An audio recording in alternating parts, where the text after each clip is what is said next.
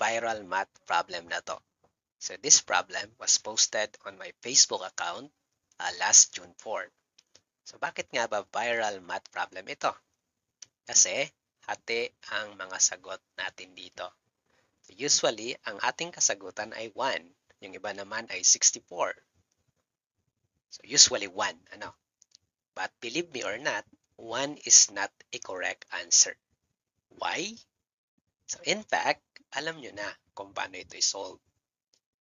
We can solve this using tinatawag na order of operation, right? And in the Philippines, we call it PEMDAS. Okay, yung iba naman kasi BADMAS, especially sa India. So P stands for parenthesis, E exponent, M multiplication, division, addition, and subtraction. We all know that, right?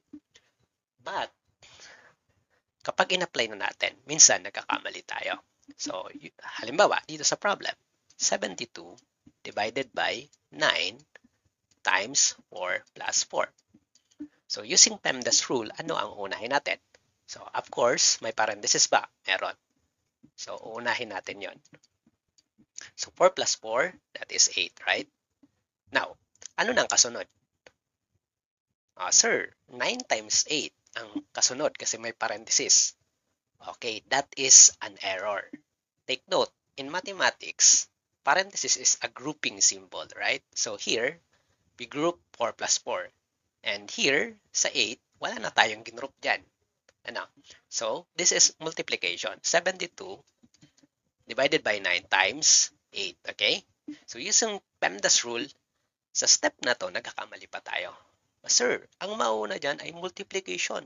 That is not correct. Here in PEMDAS rule, M and D, kahit alin ang mauna. Addition or subtraction, kahit ano ang mauna. Pwedeng subtraction, pwedeng division. Ang rule po natin ay from left to right. So in this case, alin ang uunahin natin? Is it multiplication or division? So from left to right, ang nauna ay division. So 72 divided by 9, that is 8 times 8. So this is 64. The correct answer is letter B. Okay? I hope may natutunan kayo. So kung talagang may natutunan kayo, please comment your answer. Ano kaya ang sagot dito sa problem na to? Thank you.